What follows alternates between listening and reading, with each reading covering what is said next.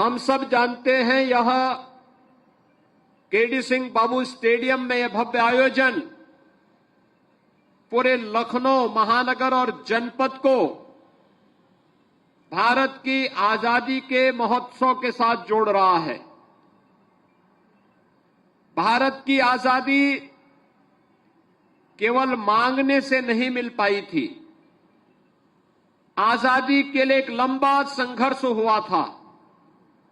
और उस लंबे संघर्ष की कीमत को ये देश, हमारी वर्तमान और भावी पीढ़ी समझ सके, इसको ध्यान में रख करके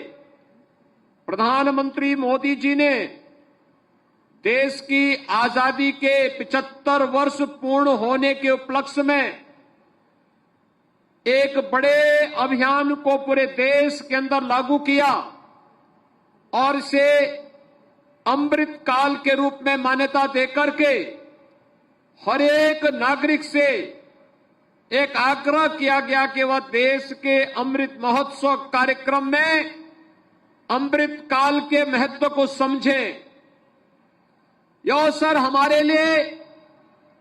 देश की आजादी के उन संकल्पों के साथ जुड़ने का एक आयोजन है जो संकल्प देश के उन महान सपूतों ने लिए थे, जिनके कारण, जिनके बलिदान के कारण भारत को स्वाधीनता प्राप्त हुई थी। हम सब जानते हैं कि देश के अंदर अलग अलग समय में आजादी का आंदोलन चलता रहा, लेकिन सामूहिक प्रयास 1857 के प्रथम स्वातंत्र समर में देखने को मिला था। और ये प्रथम स्वातंत्र समर इसलिए भी महत्वपूर्ण है उत्तर प्रदेश के लिए, क्योंकि इसका केंद्र बिंदु उत्तर प्रदेश बना रहा। उत्तर प्रदेश से चाहे मंगल पांडे रहे हों, चाहे वह गोरखपुर में शहीद बंधु सिंह रहे हों, चाहे वह झांसी में रानी लक्ष्मीबाई के नेतृत्व में इस लड़ाई को आगे बढ़ाने का कार्य रहा हो, चाहे वह वीरांगना अवंतीबाई, झलकारी बाई और उदा देवी के नेतृत्व में देश की आजादी के लिए किया गया संघर्ष रहा हो, या फिर इसके उपरांत भी निरंतर चलने वाली वे घटनाएं, कहीं पर चोरी चोरा के नाम पर, कहीं पर काकोरी के नाम पर, कहीं पर धन सिंह कोतवाल मेरठ में इस क्रांति की ज्वाला को आगे बढ़ाने का कार्य करते हैं, और कहीं रानी लक्ष्मीबाई कि मैं अपनी झांसी हरगिज नहीं दूंगी के संकल्प के साथ विदेशी हुकूमत के खिलाफ पूरी मजबूती के साथ लड़ने का कार्य की थी। आज उसी का परिणाम है, एक तरफ देश की आजादी का अमृत महोत्सव और दूसरी तरफ चोरी चोरा कांड का, चोरी चोरा के ऐतिहासिक घटना का शताब्दी महोत्सव हम सबको मनाने का अवसर प्राप्त हो रहा है। प्रधानमंत्री मोदी जी ने हमें इस अवसर पर 5 संकल्पों के साथ जोड़ने का आह्वान किया है। ये 5 संकल्प भारत के प्रत्येक नागरिक के लिए, वह स्कूली छात्र हो या युवा हो, वह अधेड़ हो या बुजुर्ग हो, महिला हो या पुरुष हो, कामकाजी हो या फिर व्यवसाय में लगे हुए व्यक्ति के लिए, हर एक नागरिक के लिए आवश्यक है कि अमृत काल की ऊर्जा का उपयोग हम भारत को एक नए भारत के रूप में स्थापित करने के रूप में कैसे कर सकते हैं, इस बात को लेकर के हमें आगे बढ़ना होगा। यह अमृत काल हमारे लिए प्रेरणा है। हमारे स्वतंत्रता संग्राम सेनानियों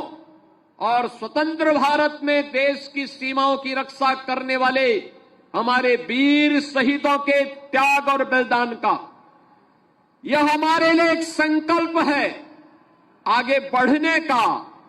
और यह हमारे लिए उन विचारों को आत्मसात करने का, आगे बढ़ने का एक अवसर भी है। और इन सब को समाहित करते हुए आत्मनिर्भर भारत की परिकल्पना को साकार करने का भी एक अवसर है। भाइयों बहनों, आत्मनिर्भर भारत का मतलब हम सब जान सकते हैं। इस सदी की सबसे बड़ी महामारी के दौरान जिस भारत को पहले जब कोरोना महामारी आई थी, पीपीई किट के लिए परेशान होना पड़ा था, सैनिटाइजर के लिए परेशान होना पड़ा था, आज वही भारत पीपीई किट दुनिया के तमाम देशों को सप्लाई कर रहा है। आज वही भारत सैनिटाइजर तमाम दुनिया के देशों को दे रहा है। आज वही भारत न केवल अपने देश के नागरिकों के जीवन को बचाने का कार्य कर रहा है, बल्कि उनकी जीविका को बचाने के लिए भी एक बड़े अभियान के साथ जुड़ा हुआ है। और आज उसी भारत के अंदर भारत के वैज्ञानिकों के द्वारा विकसित की गई वैक्सीन न केवल भारत की 135 करोड़ जनता को बचा रही है, बल्कि दुनिया के कई मित्र देशों को भी भारत आज वैक्सीन उपलब्ध करा करके भारत की इस नई ताकत का एहसास करा रहा है। हमारे लिए यह अमृतकाल भारत के नागरिकों को सम्मान और स्वावलंबन के पथ पर अग्रसर करते हुए आत्मनिर्भर भारत की एक सुरक्षित, एक समृद्ध और एक श्रेष्ठ भारत की परिकल्पना को साकार करने का एक माध्यम है। हम एक और जहां अपनी सीमाओं की सुरक्षा करते हैं, वहीं अपनी सांस्कृतिक धरोहर को पूरी मजबूती के साथ आगे बढ़ाने का कार्य भी करते हैं। हम सबको नहीं भूलना चाहिए कि अगर देश के अंदर हम गरीबों को आवास दे रहे हैं, नारी गरिमा के लिए हर घर में शौचालय बनाने का कार्य हो रहा है, आयुष्मान भारत के अंदर हर गरीब को 5 लाख रुपए की स्वास्थ्य बीमा का कवर दिया जा रहा है, अगर हम लोग हर घर में बिजली निःशुल्क उपलब्ध करवाने और रसोई गैस का सिलेंडर का कनेक्शन भी फ्री में उपलब्ध करवाने की कार्रवाई के साथ देश को जोड़ रहे हैं, तो दूसरी तरफ अगर दुश्मन कहीं भारत की सीमा में घुसने का दुस्साहस करता है तो एयर स्ट्राइक और सर्जिकल स्ट्राइक करने का जज्बा भी आज भारत की सेना रखती है। भारत के सांस्कृतिक मूल्यों की स्थापना के लिए अयोध्या में राम मंदिर के निर्माण की कार्रवाई हो, काशी में काशी विश्वनाथ धाम के भव्य आयोजन के साथ देश को जोड़ने का कार्यक्रम हो, या फिर आत्मनिर्भर भारत की परिकल्पना को साकार करते हुए परंपरागत उद्यम को आगे बढ़ाने का कार्य, एक नए भारत की एक नई तस्वीर पूरे देश के सामने प्रस्तुत होती है। और यह तस्वीर और भी मजबूती के साथ इसलिए बढ़ेगी जब भारत की 135 करोड़ जनता एक स्वर से बोलती हुई दिखाई देगी, तो ये नया भारत श्रेष्ठ भारत के रूप में भी देश और दुनिया के सामने आएगा। और हम सबको ये संकल्प लेना होगा कि अमृतकाल नए भारत के नए उत्तर प्रदेश के रूप में स्थापित करने के लिए उत्तर प्रदेश की 25 करोड़ जनता को इसके साथ जुड़ना ही होगा। हमारे चैनल को लाइक, शेयर और सब्सक्राइब जरूर करें और नई अपडेट्स के लिए बेल आइकन दबाना ना भूलें।